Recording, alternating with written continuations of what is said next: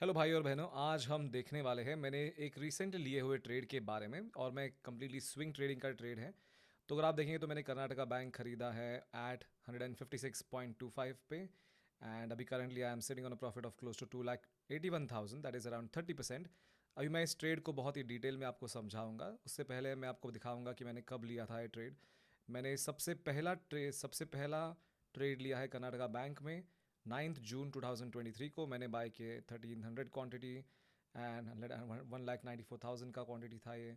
फिर 8 जून को, फिर ऐसे करके मैंने एक्यूमुलेट किया है over long period of time. तो 9 ऐसे कह सकते हैं कि 9 जून मेरा फर्स्ट डे था जब मैंने कर्नाटका बैंक बाय किया। And right now I am sitting on the position of profit of close to 2,81,000। At some point the profit was also close to 3,40,000। But अभी देखते हैं कि आगे क्या होता है।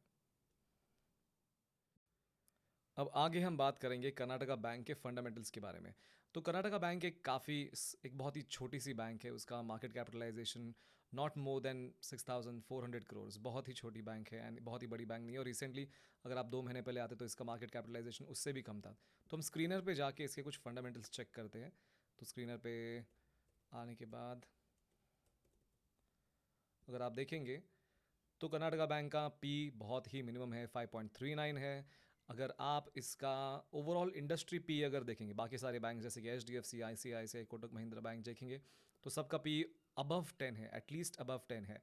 और कर्नाटका बैंक का पी ऑलमोस्ट 5.39 है। अगर आप मल्टीपल्स वैल्यूएशन करते हैं, अगर आप इसका मीडियन पी 13.82 आता है, इसका मतलब अगर आप 13.82 को, let me divide this, 13.82 divide by 5.39, तो इसे कह सकते हैं कि Karnataka bank 2.56 times undervalued है compare to the median of the industry.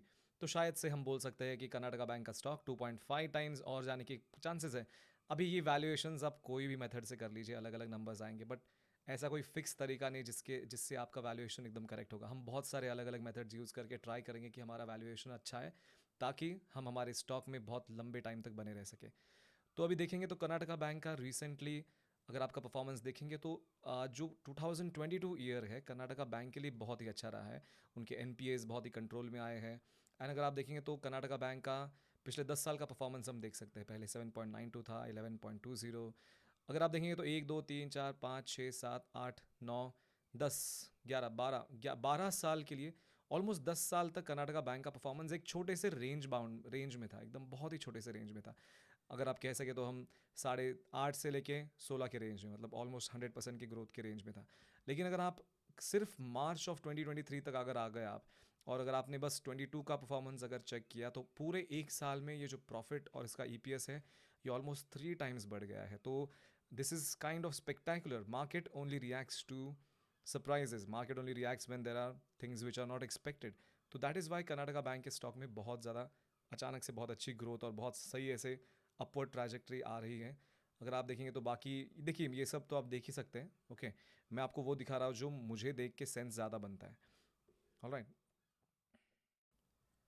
अभी कर्नाटका बैंक के अगर आप टेक्निकल्स देखने जाएंगे तो आपको रियलाइज़ होगा कि स्टॉक बहुत ही रिसेंटली ऑलमोस्ट दिसंबर में इसका एक बहुत बड़ा ब्रेकआउट हुआ था, जिसमें एक बहुत ही एक्सेप्शनल परफॉर्मेंस डिलीवर किया था कर्नाटका बैंक ने। ऑलमोस्ट 5 टाइम्स प्रॉफिट डिक्लेयर किया था। तो इसमें इस स्टॉक ने ऑलमोस्ट 1, 2, 3, 4, 5 4 या 5 दिन के अंदर ऑलमोस्ट 50% तक आउटकम दिया था। और उस एंड फॉर्चुनेटली मैंने उस टाइम भी कर्नाटका बैंक में ट्रेड किया था, और मैंने ऑलमोस्ट 5 lakhs के आसपास प्रॉफिट किया था कर्नाटका बैंक में। And I have again taken a trade in Karnataka bank. तो मैं रुका था कि मुझे पता था कि कंसोलिडेशन होने वाला है, तो बहुत लंबे टाइम तक ये कंसोलिडेशन चलता रहा। एंड ऑफ कोर्स एक बहुत बड़े मूव के बाद हमेशा कंसोलिडेशन होता है, लेकिन कर्नाटका बैंक में फिर भी बहुत अच्छा पॉजिटिव और एक फंडामेंटल वैल्यू था, इसलिए मैं कर्नाटका बैंक में बना रहा।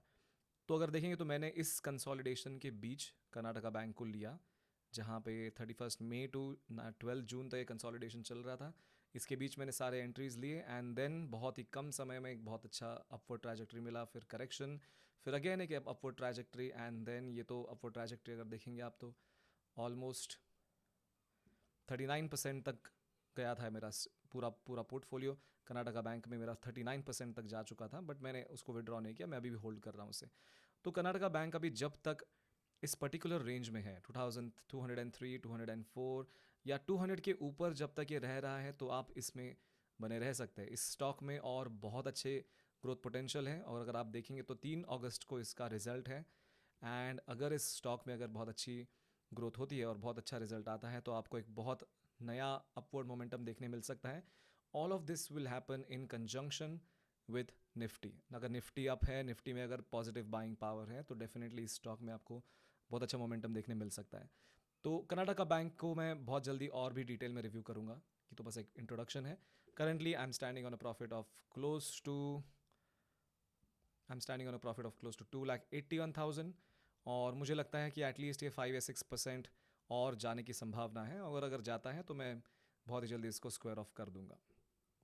All right, see you guys.